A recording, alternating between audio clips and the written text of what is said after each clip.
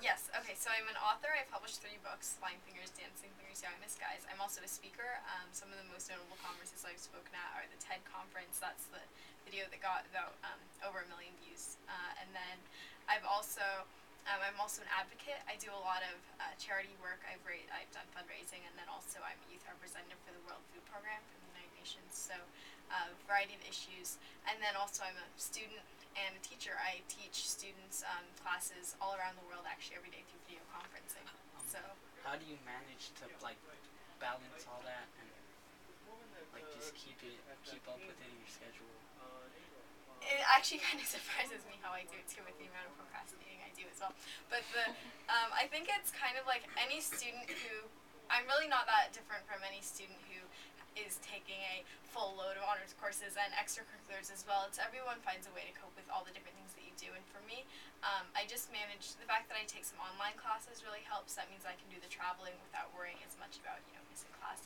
And then the second thing is having a lot of practice in speaking, in writing from an early age has definitely helped me so that I can do certain things, I guess, quicker and better than people who might have started just a year ago.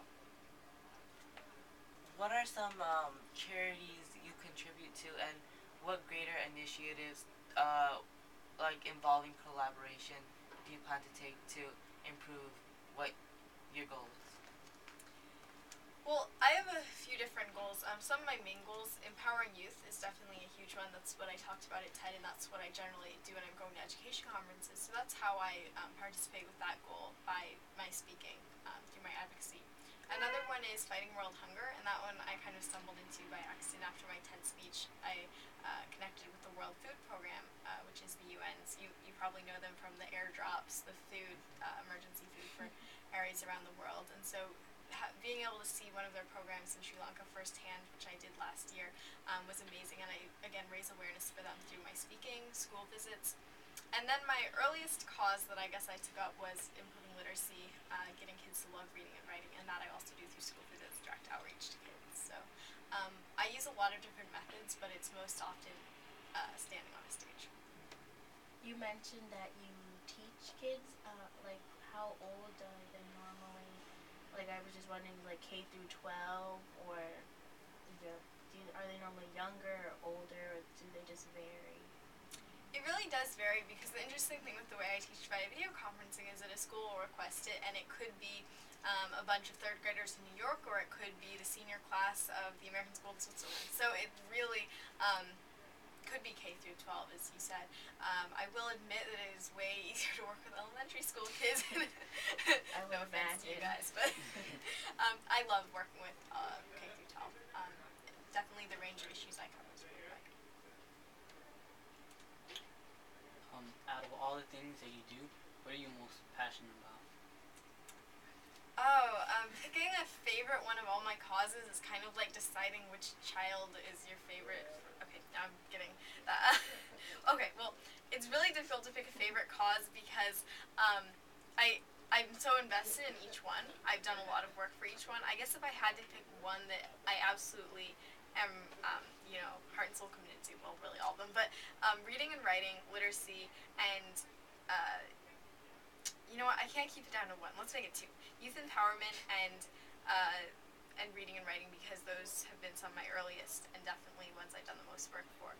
Reading and writing, when I published my first book, it really was with the intent to get other 7-year-olds, 8-year-olds, really anyone to understand the importance of reading and writing, not only to ourselves but to our greater society. So that was my earliest cause. And then youth empowerment, what I spoke about at TED, because I think that we all have a huge potential to make a difference in the world, but that many adults don't quite take that potential into consideration. So those are my 2 favorite issues, I guess. Sorry for the long-winded answer. Just a quick question. How old were you when you published your first book? I was 7 when I published Flying Fingers, and I'm 14 now. What really influenced your books? Besides, besides your goals, or is it like family or anything else? Well, I was hugely influenced by pretty much everything I read. I was kind of one of those people who just devour books and kind of, okay, now I'm getting gross, but I was going to say sort of, you'll see it regurgitated in my writing. So I loved Harry Potter. I loved historical fiction. Yeah, Harry Potter, right? That's like, it's like talking about sports. Anyone will understand it. Actually, I'm not a sports person, but anyway. Yeah, so I really definitely take the influences of the books I read. Harry Potter, Chronicles of Narnia. I was just a huge reader as a 7-year-old, so I basically took all these elements of the books that I loved, and you'll see them reappear. So, you know, girls fighting dragons, it's in there. Preteens complaining about their older sisters from my life, it's in there. I would take all these experiences from my own life, from the books I read, so definitely real life experiences as well as stuff I consume from books. So, do you tend to live more in the future, the past, or the present? Do you care about the future, or do you live life as it hits you? I try to live life in the present, but I'm such a pessimist sometimes that I'm always like, well, I wouldn't say I'm a pessimist. I would say I'm a bit of a planner and maybe an obsessive planner to some extent. So I try to avoid thinking way too far ahead because sometimes I'll catch myself thinking, oh, what will I do when I graduate college? Now let me think about all the possible things. And I'm like, you know, that's many years away. You need to focus on the speech that you are giving tomorrow, which you've not finished writing yet. But yeah, so I would say the future, but I catch myself doing that in the present. Do you think your Chinese and your Czech background has like influenced the way that you are? Wow, that is a really interesting question. I've never heard that before. You know, heritage is a really interesting thing that I think that I have a great appreciation for my multiculturalism. Obviously, from on my dad's side, I'm like actually Czech mainly, but pretty much every European thing that there is. So huge difference. And then also on my Chinese side, there's obviously this huge cultural appreciation for learning, I guess, that comes with that. But I would say both my mom and my dad instilled in me that appreciation for learning, academic value, as well as I think that having parents from two different backgrounds really gives you a chance to experience the world really from your birth. So do you derive your motivation from competition, or do you derive it from more self-fulfillment? My motivation comes from a lot of things. I guess it's, I wouldn't say it's really quite either just from competition or from self-fulfillment. When I go up and speak on a stage, it's not because I want to be so much better than the speaker who came before me, but it's also not because speaking makes me feel better or anything like that. I would say that I get up on a stage, I speak, I do school visits, I write a book because I like seeing the smile someone has when I autograph it for them, or the person who comes up to me after a speech and says, I really loved what you said. My son went through the exact same thing and can really appreciate or learn from something I said. So it's more the fulfillment of others that in turn fulfills me. Has traveling a lot affected your social life? Nobody thinks of that, but yes, it totally does. Yeah, traveling a lot means that I was sort of bummed to miss out on this whole tree lighting ceremony that my city has, but come on, when you're like you get to have an ocean view instead of a tree lighting ceremony, I think that's a good trade-off. So I would say the opportunities definitely outweigh the stuff I've missed out on. But yeah, I've missed out on a few people's birthday parties and stuff like that, but it's really hard to compare that to, hey, I've been to 8 countries, which sounds really selfish, but it's sort of true.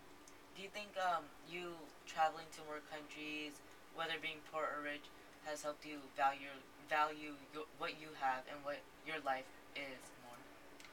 I would say definitely travel gives me a greater appreciation for what I have because, I mean, on one hand, I can go to a place like the Ritz-Carlton in Half Moon Bay, and it's like, man, when I go up, I want to be rich enough to buy this entire hotel. But then on the other hand, and actually like that, I had the opportunity to really briefly go to Monaco last year, and Monaco is, I mean, this is Monte Carlo and the really high rollers and stuff, and I'm walking by Hermes and, you know, window shopping. But then from Monaco and Italy and Dubai, I went to Sri Lanka, and it was like, and this was for the World Food Program, so seeing the feeding operations, students who were malnourished and who had finally, because they were getting food, were able to go to school, and the contrast was really what taught me a great deal. Being able to travel a bit in India and Sri Lanka definitely taught me a lot about appreciating what you have and being okay with being kind of, I guess, I might think of myself as middle class in the United States. But then when I compare my life to those of some of the people that I had the opportunity to meet, I am up there, with the, I guess, the high rollers of the world. So looking at oneself as a global citizen instead of just American or just Washingtonian was one of the most valuable things I could have gotten. So in other words, that like kind of influences you, like it like ignites your flame even more to help people. Definitely, yeah. Travel does that. It makes you really committed to what you can do for everyone around the world and not just yourself. Do you have any regrets about your life so far? Do I have any regrets about my life so far?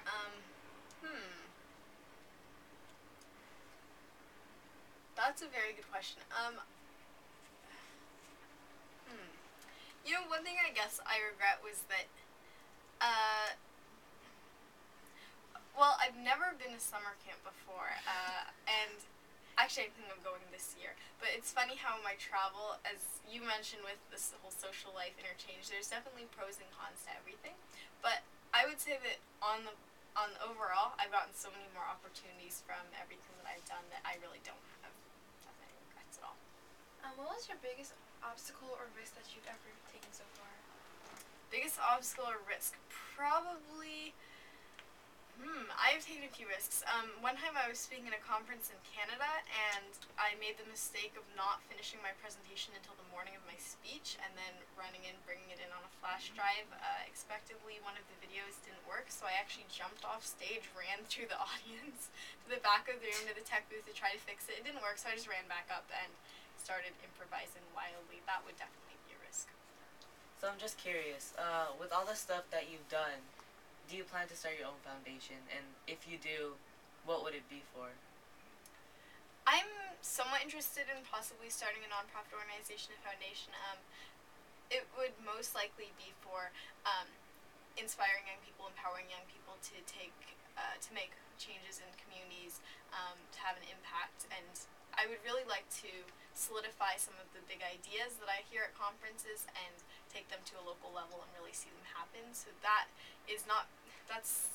would be kind of, I guess, what a possible nonprofit would be for. It would definitely be around youth, around activism, but I haven't finalized any plans. You've mentioned that you've been to multiple conferences, and I just wanted to know, like, what initially got you known to that people were reaching out for you to speak at their conferences?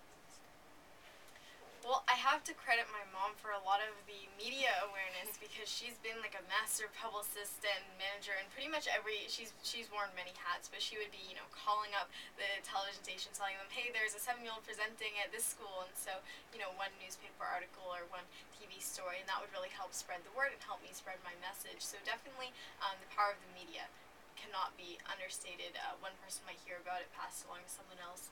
Then also the fact that as I have so many roles, I can go to an education conference and speak with educators, just as I could go to, say, TED and, a more general interest conference, I suppose. The fact that I'm pretty diverse in my roles has allowed me to connect with lots of people. So that's definitely helped me. It's been almost 20